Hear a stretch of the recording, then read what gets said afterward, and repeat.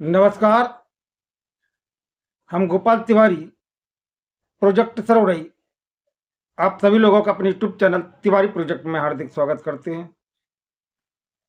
तो गाइस, इस वीडियो में आप लोगों के लिए हम 12 वोल्ट की डीसी बैटरी से या 12 वोल्ट सोलर पैनल से एक इन्वर्टर लेके आए हैं। और वह इन्वर्टर आप अपने घरों में कोई भी ओल्ड मॉडल की कलर टीवी पड़ी हो, उसमें एक ट्रांसफार्मर रहता है, एसएम ट्रांसफार्मर। हमारे मैकेनिक भाई सभी लोग जानते हैं कि एसएम ट्रांसफार्मर क्या होता है। तो एसएम ट्रांसफार्मर के द्वारा आप उस इन्वर्टर को बड़े आराम से बना लेंगे। उस इन्वर्टर का पूरा डायग्राम, पूरी सर्किट हम आज इस वीडियो में आप लोगों को बताएंगे। बिल्कुल आसान तरीके से ही आप बना लेंगे, 1% भी आपको दिक्कत नहीं आएगी। तो पहले आपको हम दिखा दें, ये देखें आप लोग, ये 12 वोल्ट की बैटरी है और ये आपका जो बल्ब लगा हुआ है इसमें, ये आपका 12 वोल्ट का बल्ब, यानी कि 5 वोल्ट से लेके 20 बार तक का आप इसमें बल्ब जला सकते हैं आराम से। और अपना मोबाइल चार्जर लगा के मोबाइल चार्ज कर सकते, वो भी एसी चार्जर लगाकर।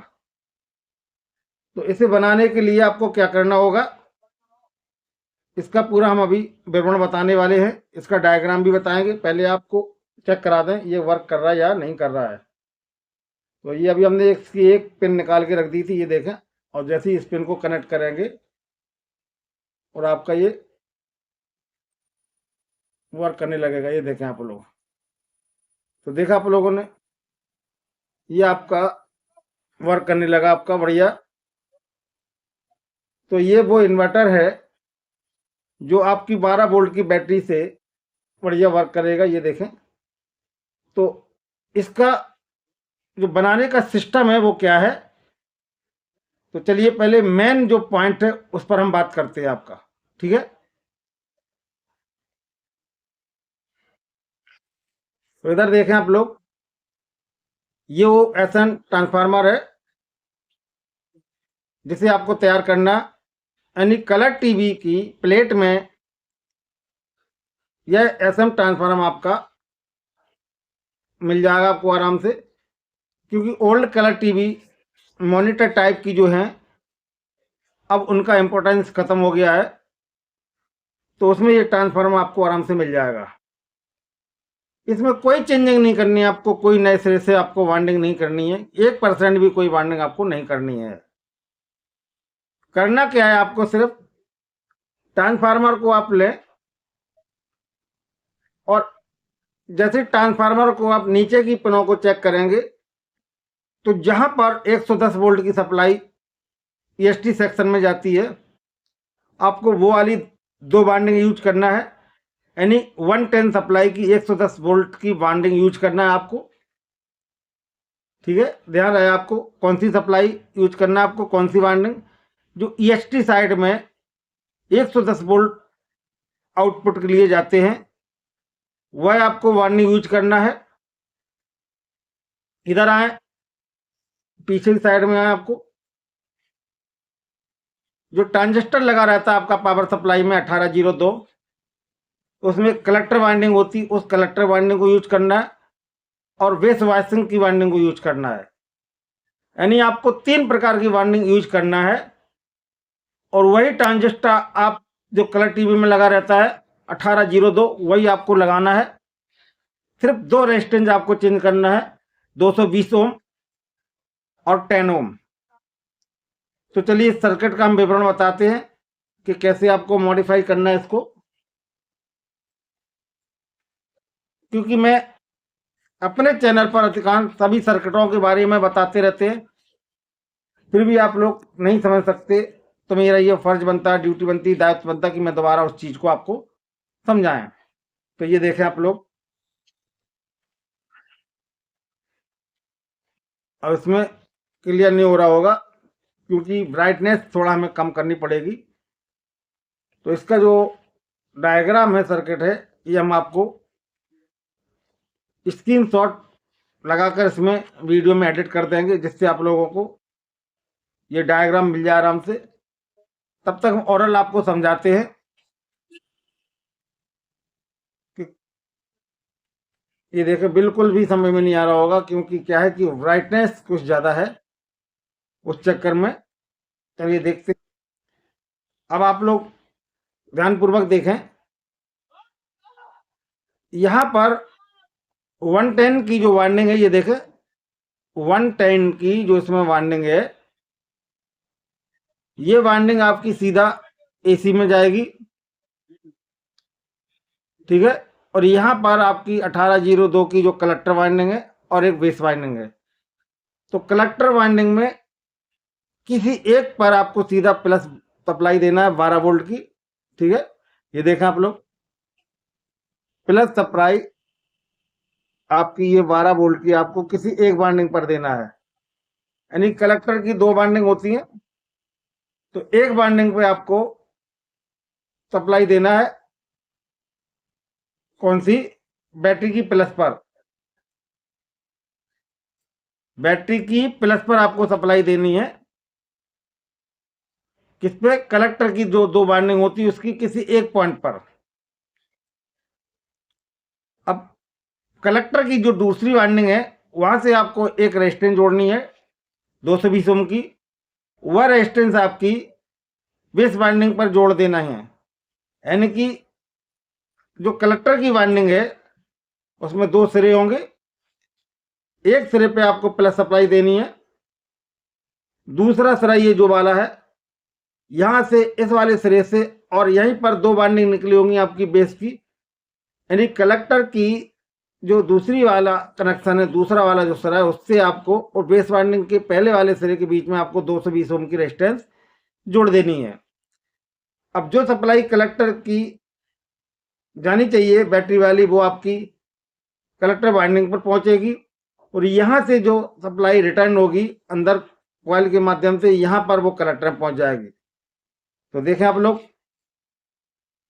अच्छी तरह से देखें इसको, वीडियो को। ये देखें, यहाँ पर कलेक्टर की जो वाइंडिंग है, इस कलेक्टर की वाइंडिंग पर हमने पहले वाले सिरे पर प्लस 12 वोल्ट 12 वोल्ट डाल दिया है, और इसी की जो अंदर कॉइल है कलेक्टर वाइंडिंग की, ट्रांजिस्टर 1802 के कलेक्टर वाइंडिंग की, तो दूसरा जो सिरा है वहां पर हमने ट्रांजिस्टर जोड़ दिया है, ट्रांजिस्टर का कलेक्टर जोड़ दिया है, ठीक है। और वहीं कलेक्टर से एक रेजिस्टेंस आपको लगानी है 220 ओम की। वह रेजिस्टेंस आपकी बेस वाइंडिंग की पहले वाले सिरे पर, पहले वाले कनेक्शन पर पहुंच जाएगी। और बेस वाइंडिंग का जो दूसरा वाला कनेक्शन है, वहां से आपको एक 10 ओम की रेजिस्टेंस लेके ट्रांजिस्टर पर जोड़ देनी है। अब आपको जो बूस्ट कैपेसिटर है 0.47 400 वोल्ट के, उन्हें आपको समझना है कि हमें कैसे यूज करना है। तो उन बूस्ट कैपेसिटरों को आपको एक कलेक्टर वाइंडिंग से, जहां पर ट्रांजिस्टर का कलेक्टर जुड़ा वहां से अर्थ करना है, और दूसरा वाला जहां पर आपका 220 ओम की रेजिस्टेंस जुड़ी है बेस वाइंडिंग के लिए, वहां से आपको 0.47 पीएफ 400 वोल्ट का अर्थ करना है। ये बूस्ट कैपेसिटर है। इन्हीं बूस्ट कैपेसिटर के आधार पर यहाँ एसएम ट्रांसफार्मर में 220 की सप्लाई आपको मिलेगी। ये देखें आप लोग,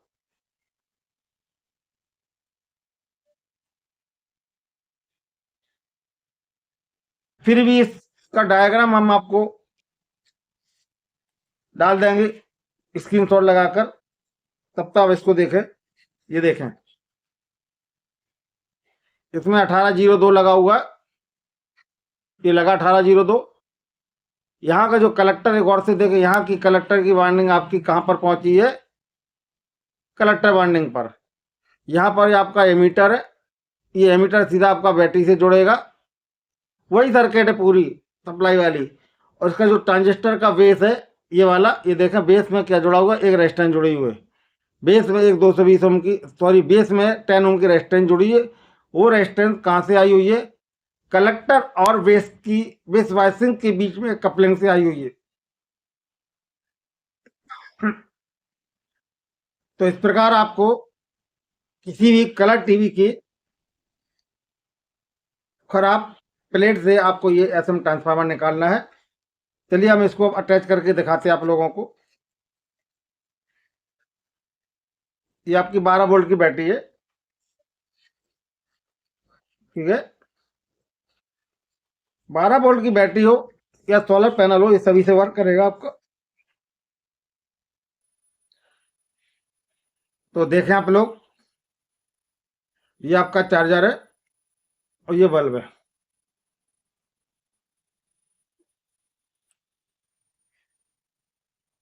देखा आपने, ये चार्जर है और ये बल्ब है, ये देखो।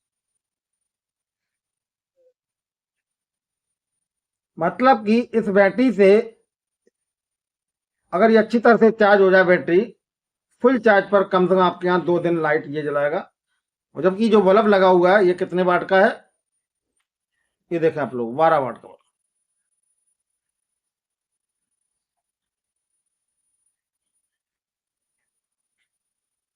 12 वोल्ट का, सॉरी 12 वाट का नहीं, 12 वाट का ये बल्ब है आपका। इसमें 5 वाट से लेके और आपका 20 वाट तक का बल्ब जल जाएगा। जितनी बड़ी बैटरी होगी उतनी अच्छा बैकअप मिलेगा आपको। ये बहुत बढ़िया एक इन्वर्टर है, जो खराब एसएम ट्रांसफार्मर के द्वारा उसे बना लेंगे आप। मोबाइल भी चार्ज करें और आप बल्ब भी जलाएं, जबकि ये बल्ब एसी से चलने वाला है। तो देखा आप लोगों ने, हमारे चैनल के माध्यम से आपको बहुत इंपॉर्टेंट जानकारियां मिलती हैं। तो प्लीज यदि आपने हमारे चैनल को सब्सक्राइब नहीं किया तो हमारे चैनल को सब्सक्राइब जरूर करें। नमस्कार, जय हिंद, वंदे मातरम।